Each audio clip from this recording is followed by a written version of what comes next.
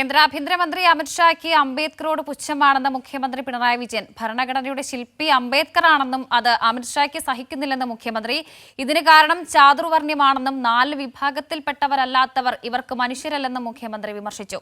CPIM Malappuram ജില്ലാ സമ്മേളനം ഉദ്ഘാടനം ചെയ്യുകയായിരുന്നു മുഖ്യമന്ത്രി. നമ്മുടെ കേന്ദ്ര ആഭ്യന്തരമന്ത്രിക്ക് മഹാനായ അംബേദ്കറെ പുച്ഛം, RSSന്റെ നിലപാട് ഭരണഘടന അംഗീകരിച്ചതിന്റെ തൊട്ടടുത്ത ദിവസം പുറത്തു വന്നു. അതിനെ എതിർത്തുകൊണ്ട് മനുസ്മൃതി ഉൾക്കൊള്ളുന്നില്ല. മറ്റൊന്നുമുണ്ട്, ചാതുർവർണ്ണ്യം, 4 വർണ്ണങ്ങൾ. ഈ 4 വർണ്ണത്തിലും പെടാത്തവർ പട്ടികജാതി പട്ടികവർഗം. ഇപ്പൊ ചാതുർവർണ്ണ വ്യവസ്ഥക്കാർക്ക്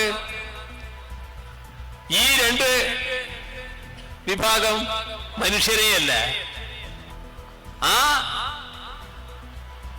വിഭാഗത്തിൽപ്പെട്ടയാളാണല്ലോ ഡോക്ടർ അംബേദ്കർ. സഹിക്കുന്നില്ല.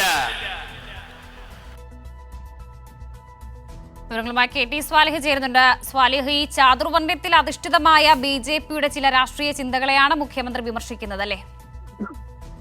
വർഷ, തീർച്ചയായും ഭരണഘടനാ ശില്പി BR അംബേദ്കറോട് കേന്ദ്ര ആഭ്യന്തരമന്ത്രിക്ക് പുച്ഛമാണ്.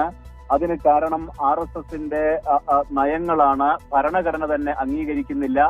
ഇതിന് കാരണമായി പറയുന്നത് മനുസ്മൃതിയെ ഉൾക്കൊള്ളുന്നില്ല എന്നായിരുന്നു. അതോടൊപ്പം തന്നെ ചാതുർവർണ്ണ്യത്തിൽ നിന്നുള്ള സവർണ ബോധവും ഈ പുച്ഛത്തിന് കാരണമാണെന്ന് മുഖ്യമന്ത്രി പറഞ്ഞു. ഭൂരിപക്ഷ മറുമരുന്നല്ല ന്യൂനപക്ഷ വർഗീയത എന്നും അദ്ദേഹം ഓർമ്മിപ്പിച്ചു. 4 വോട്ടിന് വേണ്ടി ജമാഅത്തെ ഇസ്ലാമിയുമായും അതോടൊപ്പം SDPIയുമായും കൂട്ടുകൂടുന്നത് മുസ്ലിം ലീഗിനെ അപകടം ചെയ്യും. മുസ്ലിം ലീഗിനെ ജമാഅത്തെ ഇസ്ലാമി വിഴുങ്ങും. ഇത് തിരിച്ചറിയണം, ഇല്ലെങ്കിൽ മതനിരപേക്ഷ ജനാധിപത്യത്തിന് വലിയ തിരിച്ചടി ഉണ്ടാകുമെന്ന് മുഖ്യമന്ത്രി പറഞ്ഞു. അതോടൊപ്പം തന്നെ കോൺഗ്രസിന് ഈ വർഗീയതയോട് സമരസപ്പെട്ടിട്ട് എന്ത് നേടിയെന്ന് നേതാക്കൾ ഓർക്കണം.